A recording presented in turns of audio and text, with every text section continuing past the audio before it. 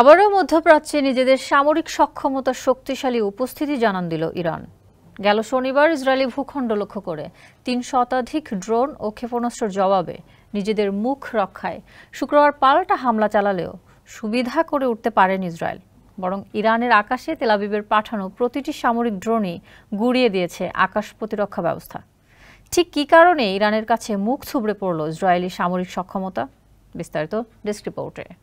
আমেরিকার হুমকি ধামকি আর অনুরোধ উপেক্ষা করে ইসরায়েলে হামলা চালিয়ে বিশ্ব মোড়লদের কাছে সমর শক্তির স্পষ্ট বার্তা পাঠিয়েছিল ইরান।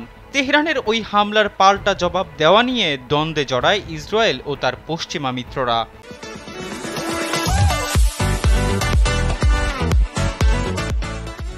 তেল আবিব জানায় সময় মতো এর জবাব দেয়া হবে, তবে যে জবাব দেখা গেল তা যেন ইসরায়েলের অসহায়ত্বেরই প্রমাণ। পূর্ণ আক্রমণ করার হুমকি দিলেও বরং মুখ রক্ষার দায়ে সীমিত আকারে ইরানে হামলা চালালো তেল আবিব।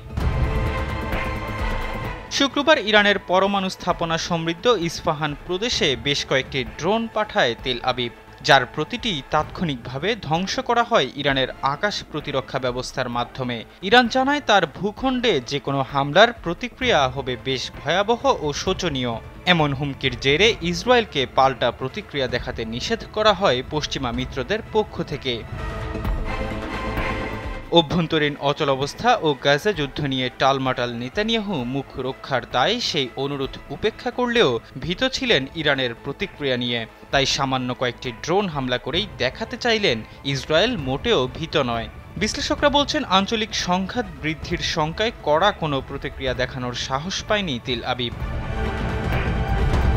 এদিকে ইসরায়েলের হামলার পর সাময়িক সময়ের জন্য দেশজুড়ে বিমান চলাচল স্থগিত করে তেহরান। তবে হুমকি কেটে যাওয়ার পর আবারও দেশের আকাশসীমা উন্মুক্ত করে দেয়া হয় বলে জানিয়েছে ইরানের রাষ্ট্রীয় টেলিভিশন।